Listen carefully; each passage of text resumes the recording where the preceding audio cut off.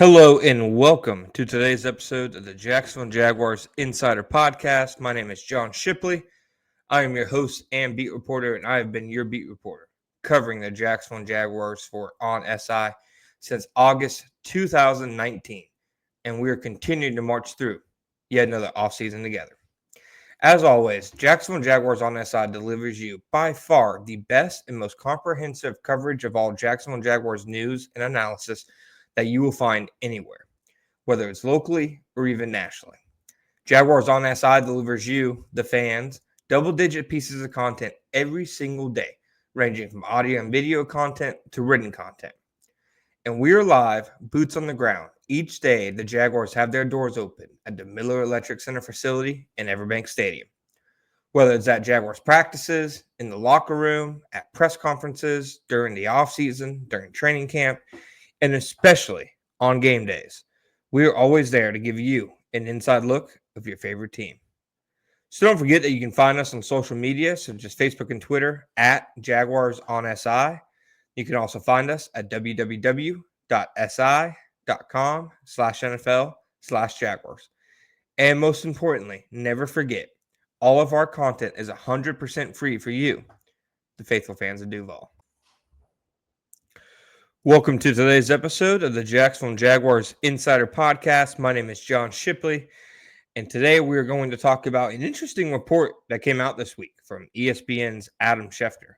Schefter was talking on NFL Live, of course, about the newest big wide receiver signing in the NFL, with Stefon Diggs signing a 3-year deal with the New England Patriots.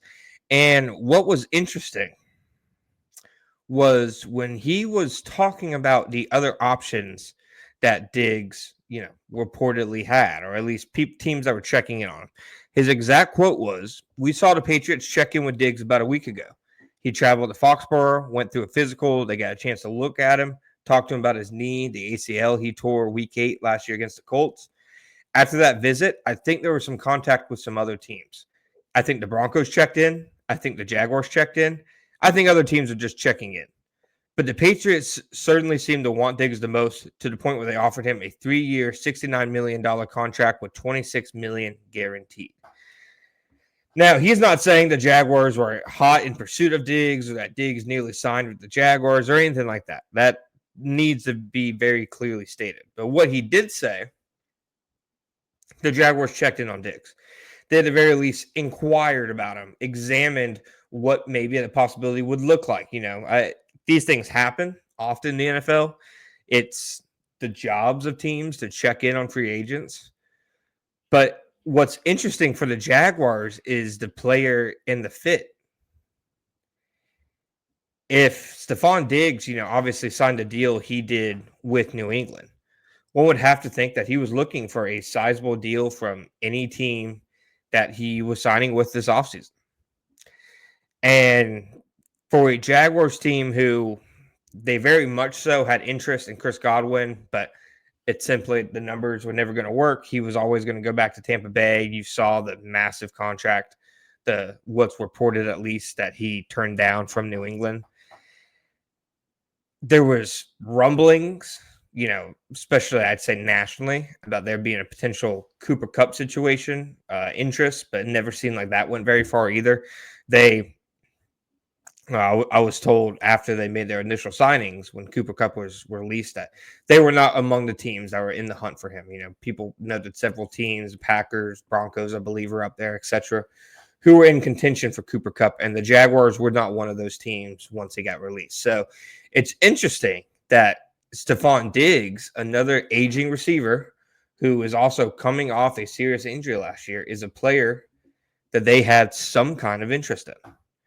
It's interesting to me because it says that they still want, clearly, I think, to add another receiver to that room, another top 3 target for Trevor Lawrence. I've said this before. I've written about this, during the offseason. The Jaguars very clearly are going to add to the wide receiver position.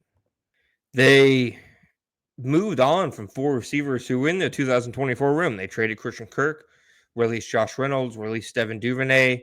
They didn't re-sign Tim Jones, so they're very much restructuring that entire room. They added De'Ami Brown, obviously, Gabe Davis is still going to be there because, frankly, he has to be due to the albatross of a contract that the Jaguars front office gave him last offseason. And I'll say this as a little nugget. That was not a unanimous decision in the Jaguars organization. Not all or even many decisions are, but there definitely were some people inside the organization who didn't think that was the best route for Balky to go down. But it's the decision he made. It's what he chose.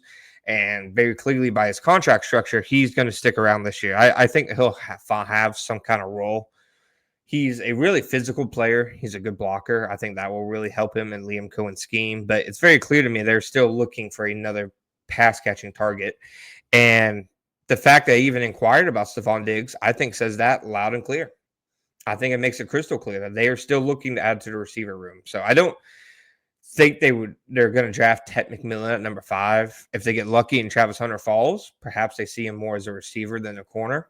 Perhaps they look to fill it that way. But I still expect one of their first 4 picks to be a wide receiver. And having any kind of interest in Stefon Diggs only makes me feel more confident in that.